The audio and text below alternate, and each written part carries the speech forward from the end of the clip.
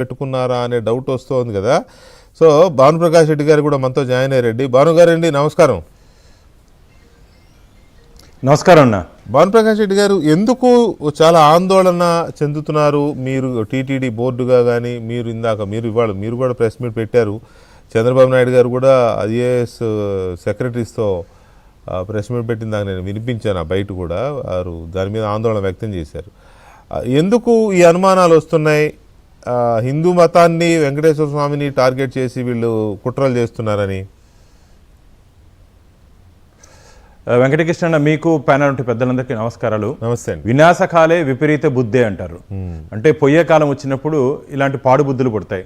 YCP నాయకులకి, వైసీపీలో ఉన్నటువంటి కార్యకర్తలకి ఈ బుద్ధి పట్టింది. ఈరోజు రాజకీయ నిరుద్యోగులుగా మిగిలిపోయినటువంటి ఈ వైసీపీ వాళ్ళు రాజకీయంగా మా ఎన్డీఏ కూటమిని, బీజేపీని, టీడీపీని, జనసేనని ఎదుర్కొనే ధైర్యము, దమ్ము లేకుండా భగవంతుని అడ్డం పెట్టుకొని రాజకీయం చేస్తున్నారు.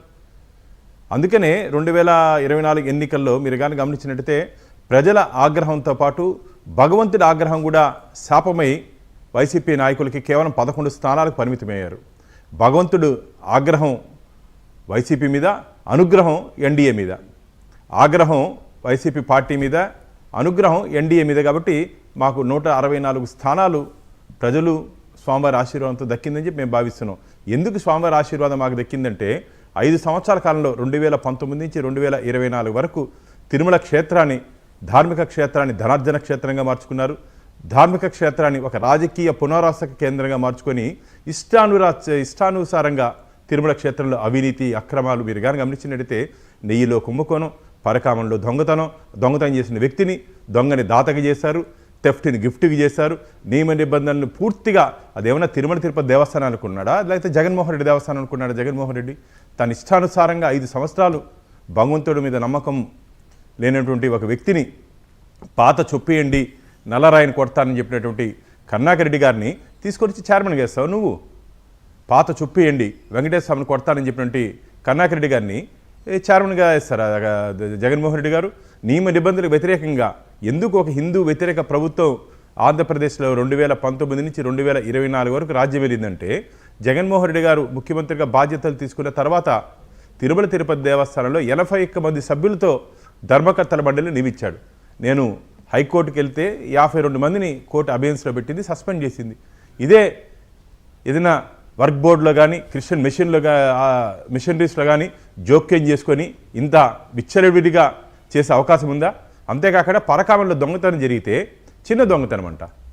దొంగతనాలు ఏమైనా కొలతలు ఉంటాయా? జగన్మోహన్ రెడ్డి గారు? ఇదే వెంకటేష్ దగ్గర జరిగింది కాబట్టి ఇలా మాట్లాడుతున్నావు. మీ ఏసు దగ్గర జరుగుంటే ఇదే విధంగా ఉంటుందని స్పందన? ఏసు దగ్గర జరుగుంటే ఇదే విధంగా ఉంటుందని మీ స్పందన? ఇది మంచిది కాదు. అందుకనే తిరుమల తిరుపతి దేవస్థానాన్ని టార్గెట్ తిరుమలతో, వెంకటకృష్ణ టార్గెట్ తిరుమలతో వైసీపీ నాయకులు, వైసీపీ ముఖ్య నాయకులు పనిచేస్తున్నారు. ముఖ్యంగా భూమన కరుణాకర్ రెడ్డి గారు గోశాల నుంచి గోవిందుడి వరకు అసత్య అబద్ధపు ప్రచారాలతో నిత్యం ఆయన చైర్మన్ గా చేశాడు కదా, 2 సార్లు చైర్మన్ గా చేశాడు.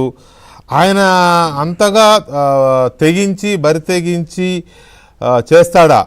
వెంకటేశ్వర స్వామి తిరుమలని టార్గెట్ చేసేంత రాజకీయం చేస్తాడంటారా చైర్మన్ గా చేసిన వ్యక్తి? కొద్ది గొప్ప భక్తి భయం ఉంటాయి కదా, మామూలుగా బయట వాళ్ళకంటే ఉండకపోవచ్చు అనుకుందాం, ఏమి లేవు. కానీ చైర్మన్ గా చేసిన వ్యక్తికి ఉంటాయి కదా. ఏమి లేవు.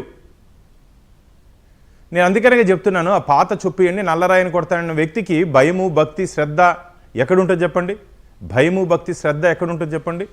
అందుకనే చెప్తున్నా, ఏమన్నాడు జగన్మోహన్ రెడ్డి గారు తన హయం పాత చొప్పియండి, నల్లరాయిని కొడతాను. మీరు కరుణాకర్ రెడ్డి గారి మిత్రులు ఎవరిని అడగండి. ఇది నేనేదో భారతీయ జనతా పార్టీనో భానుప్రకాష్ చెప్పే మాటలు కాదు, ఆరోపణలు కాదు, ఇవి వాస్తవాలు. తిరుపతిలో ఎవరిని అడిగినా చెప్తారు. నాస్తికుడిని ఆయన ఏమన్నా మహర్షి అనుకున్నాడా? ఒకవేళ ఋషి మళ్ళా ఒకవేళ ఎవరన్నా మాట్లాడితే ఆ డైలాగ్ చెప్తాడు. ఒకవేళ రేపు మీరు ఏదైనా చెప్తే లేదు నేను అప్పుడు అట్టున్నా, నేను ఇప్పుడు ఇట్టున్నానని చెప్తాడా ఆ మహానుభావుడు?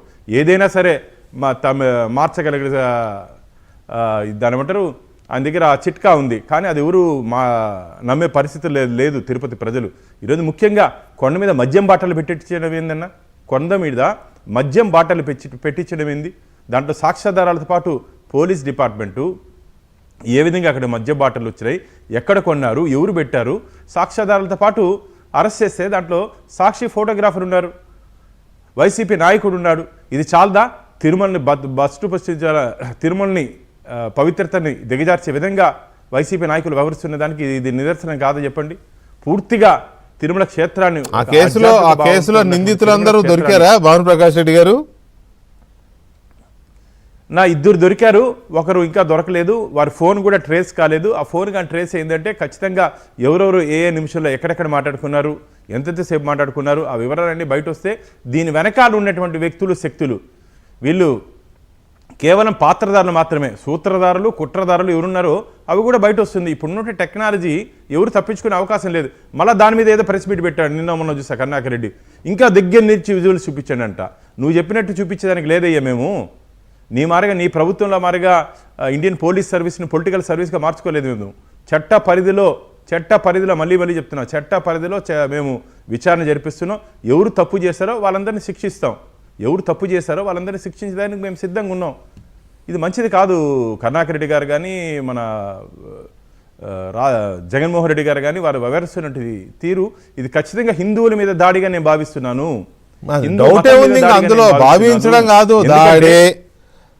తిరుమల వెంకటేశ్వర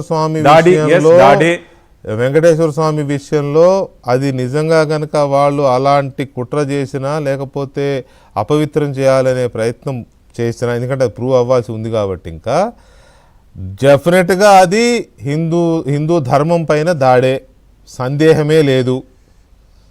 క్షమించే ప్రసక్తే ఉండకూడదు. వారి వ్యవహార శైలి ఇలాగే ఉంటే భక్తులు తరిమే రోజు దగ్గరలోనే ఉంది. వారి వ్యవహార శైలి మార్చుకోకపోతే రాజకీయంగా మమ్మల్ని ఎదుర్కోండి, మా పాలసీలు ఏదైనా ల్యాబ్స్ ఉంటే ఖచ్చితంగా మాట్లాడుకుంటాం. మా దగ్గర ల్యాబ్స్ లేదే. ప్రజల ఇష్టాలు, ప్రజల కష్టాలు తెలుసుకొని ఆంధ్రప్రదేశ్ని వికసిత ఆంధ్రప్రదేశ్గా, ఆంధ్రప్రదేశ్ని అభివృద్ధి ప్రదేశ్గా చేయాలని చెప్పి కంకణబద్దులై చంద్రబాబు నాయుడు గారు కానీ, మా పవన్ కళ్యాణ్ గారు కానీ, మా